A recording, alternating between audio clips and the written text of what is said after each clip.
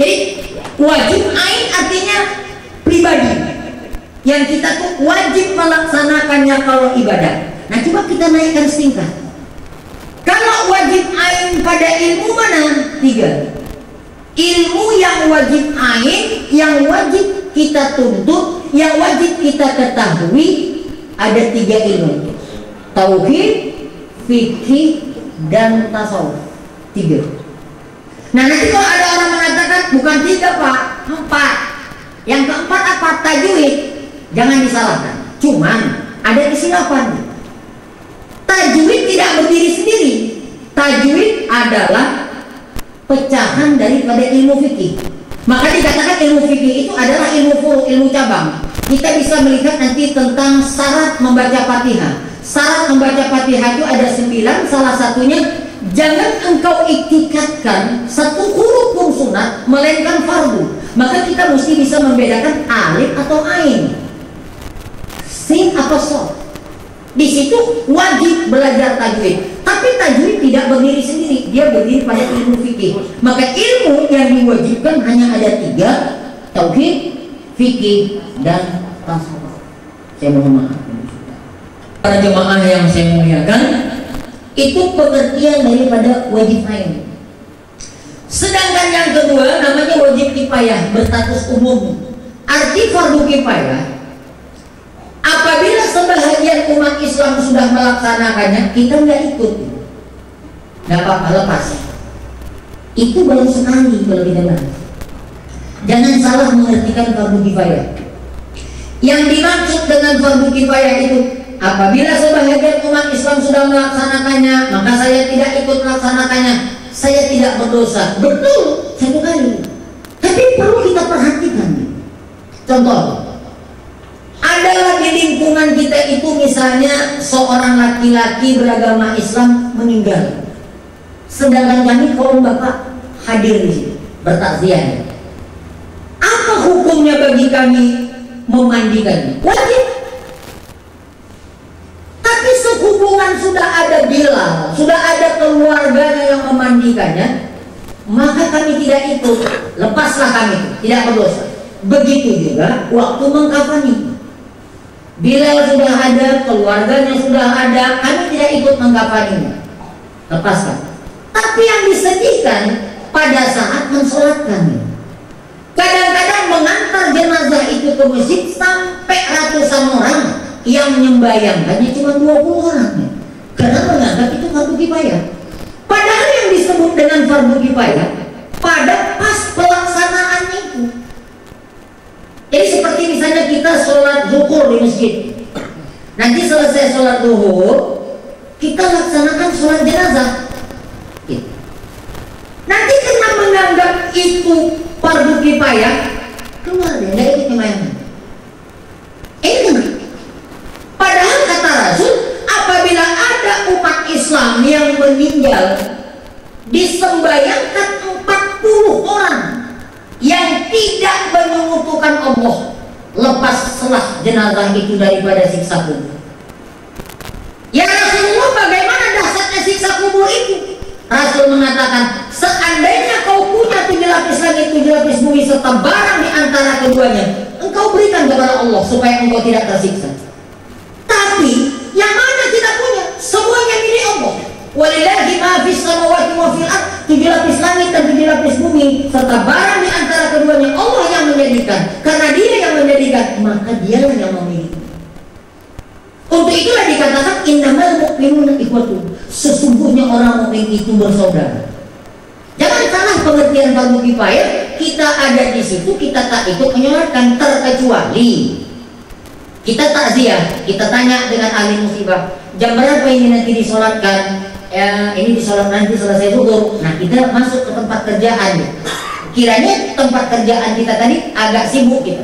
Begitu kita datang nanti ke masjid mau menyolatkan, ternyata sudah dilaksanakan. Tidak kita ikut, tidak kita menurut, tidak pernah berdosa. Karena situ sudah masuk semua. Kita tidak ada di situ pada saat. Tapi kalau kita ada di situ tidak kita ikut, kena kita dosa. Karena itu adalah kewajiban bagi kita, walaupun itu namanya wajib kifayah. Kemudian wajib kifayah ini adalah masalah pernikahan. Kalau misalnya kami laki-laki salah menanam jenazah, misalnya terbalik jenazah, dosanya cukup sekali. Berdosalah kami. Kami tobat kepada Allah. Tidak membawa rentetan kepada yang lain. Tetapi masalah fardu kifayah tentang pernikahan, satu kali kita salah, paling tidak 7 keturunan zina. Itu namanya fardu kifayah di dalam hukum pernikahan. Maka kalau ditinjau dengan hukum fikih, yang tersulit dalam masalah fardu kifayah adalah hukum pernikahan. Kita tidak bisa di dalam pernikahan mengangkat saksi pada saat acara mau dimulai. Misalnya ada acara satu akad nikah, walinya mana? Ini. Saksinya mana? Ini kebetulan bapaknya ada.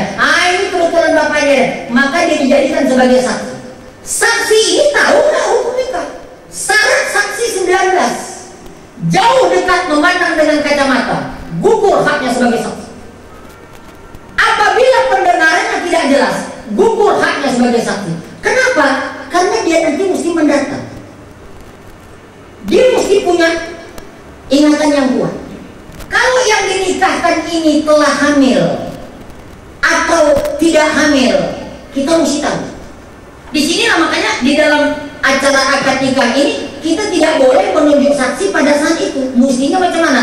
Kalau besok kita akan menikahkan anak kita, ini hari kita sudah undang itu saksi.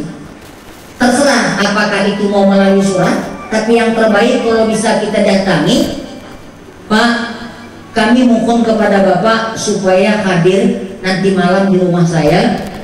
Kami berhajat melaksanakan akad nikah anak kami. Dalam acara ini kami minta Bapak sebagai saksi. Khusus kita tahu dia tahu hukum pernikahan. Ini diusahakan. Karena tersalah saksi nanti sulit. Makanya dalam saksi ini mesti ada 2 belah pihak. Dari pihak perempuan mana, dari pihak laki-laki mana. Ditakutkan yang dinikahkan ini hamil. Begitu nanti selesai nikah, mereka pindah ke Jakarta. Takdir Allah Ta'ala, lahirlah anaknya di Jakarta, dan kebetulan anaknya lahir perempuan. Kita nggak tahu kandungan itu berapa bulan. Secara jujur, bagaimanapun anak ini besar nanti, dia punya jodoh. Otomatis laki-laki yang kita nikahkan inilah yang menjadi walinya, sedangkan itu bukan lagi ayah. Maka ini bisa berakibat fatal, perzinahan. Disitulah kita mesti tahu yang namanya ini yang dinikahkan ini siapa. Bukan cuma laki-laki dengan perempuan. Ini masalah wajib kifayah yang berstatus umum. Itu kan? Yang wajib ini bersimpang dia kepada 4.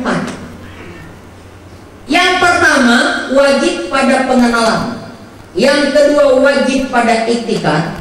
Yang ketiga wajib pada perkataan. Keempat wajib pada perbuatan. Kita bawa ke sholat.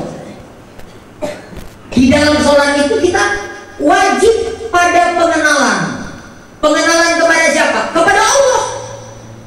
Kenapa dia wajib dikenal? Karena dia mau diingat. Satu kemustahilan yang tidak kita kenal bisa kita ingat.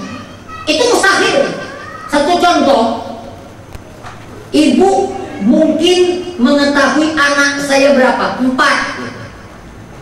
Anak saya itu ada yang tinggal di Medan, namanya Ridwan Tawakal. Ibu mungkin belum pernah ketemu, cuma tahu anak Pak Sabrulin 4. Yang nomor 3 ini ibu nggak pernah ketemu.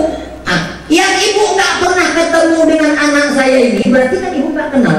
Coba ingat anak saya yang namanya Ridwan Tawakal. Nggak bisa. Padahal anak saya itu berbentuk berwujud.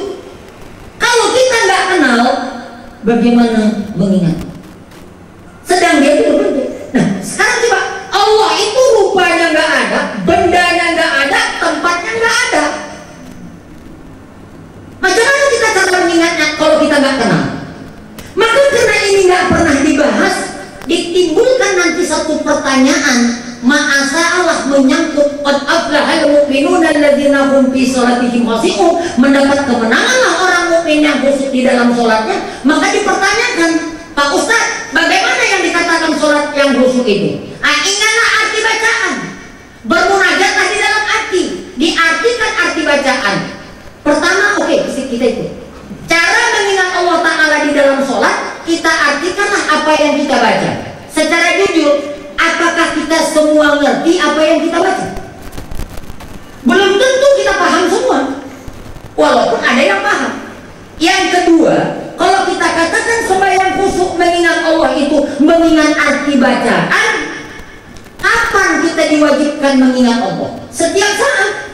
Loh, kalau kita tidak lagi sembahyang, kita lagi duduk, kita lagi berbaring, disuruh mengingat Allah, apa kita mesti membaca Fatihah?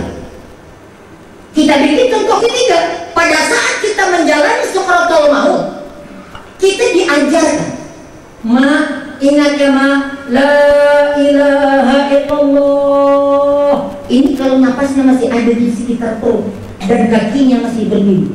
Tapi tak kala napasnya sudah menjelang ke dada, itu kakinya